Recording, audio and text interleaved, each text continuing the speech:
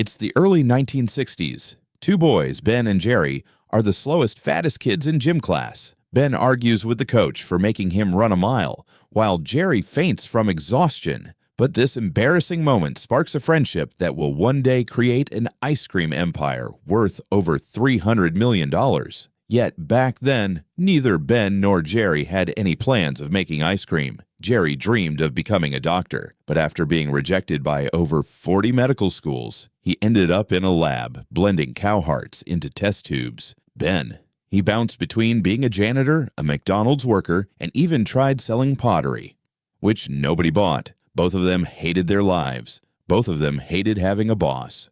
So in 1973, Jerry moved to New York to live with Ben. They sat down and asked themselves a simple question: what can we do that lets us work for ourselves?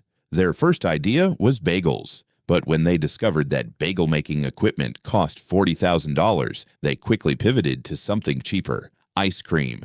The problem? They had no idea how to make it. So they enrolled in a $5 ice cream making course at Penn State. With what little money they had and a $4,000 bank loan, they opened their first ice cream shop inside a broken-down gas station in Vermont with a collapsed roof and a floor covered in ice.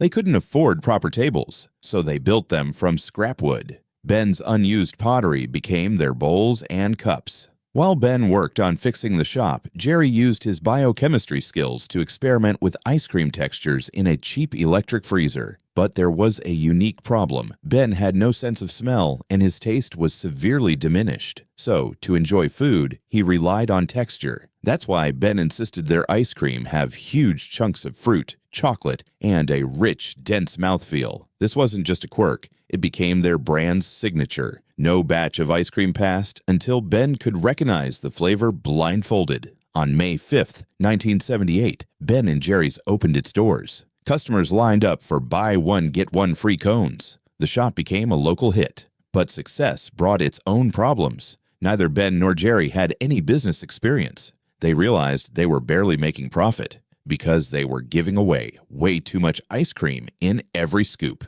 The solution? Switch from scoops to pints. They started packaging their ice cream into tubs to sell in local stores. But delivering pints in a car was a disaster. They'd often melt in traffic. So they approached the bank again, took a bigger loan, and rented an old factory to scale up production. Their wholesale business took off. But with success came powerful enemies. In 1983, Pillsbury acquired Häagen-Dazs, a dominant ice cream brand. Pillsbury wasn't happy about a small upstart like Ben & Jerry's growing fast. So they gave an ultimatum to distributors: stock Häagen-Dazs or Ben & Jerry's. You can't have both. Ben & Jerry couldn't compete with a giant like Pillsbury, but instead of fighting in court, they fought in public. They launched a bold marketing campaign with the slogan, "What's the doughboy afraid of?" They took out ads in Rolling Stone, plastered posters everywhere, and even set up a hotline for customers to call and complain. The public backlash was huge. Eventually, Pillsbury backed down. But even as sales skyrocketed, Ben & Jerry felt suffocated. They didn't want to become another corporate machine.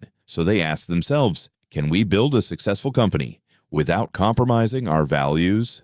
That question changed everything. They implemented policies unheard of in corporate America. The highest paid employee could earn no more than 5 times the salary of the lowest paid worker. They launched the Ben & Jerry's Foundation, dedicating 7.5% of pre-tax profits to community projects. And when they needed to raise $2.5 million to build a new factory, they sold shares, but only to residents of Vermont.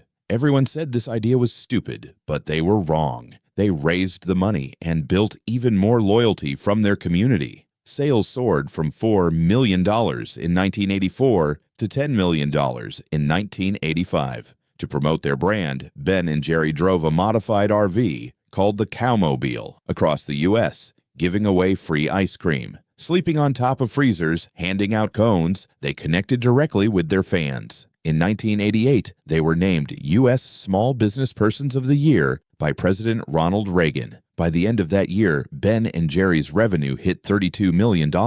But behind the scenes, their success came at a cost. Factories were overworked, supply couldn't keep up with demand. Operational costs spiraled. They realized they needed leadership with more experience. So, they hired a professional CEO and stepped back from daily operations to focus on social activism. While they focused on ethically sourcing ingredients and supporting social causes, competition increased. Sales declined. Stock prices dropped by near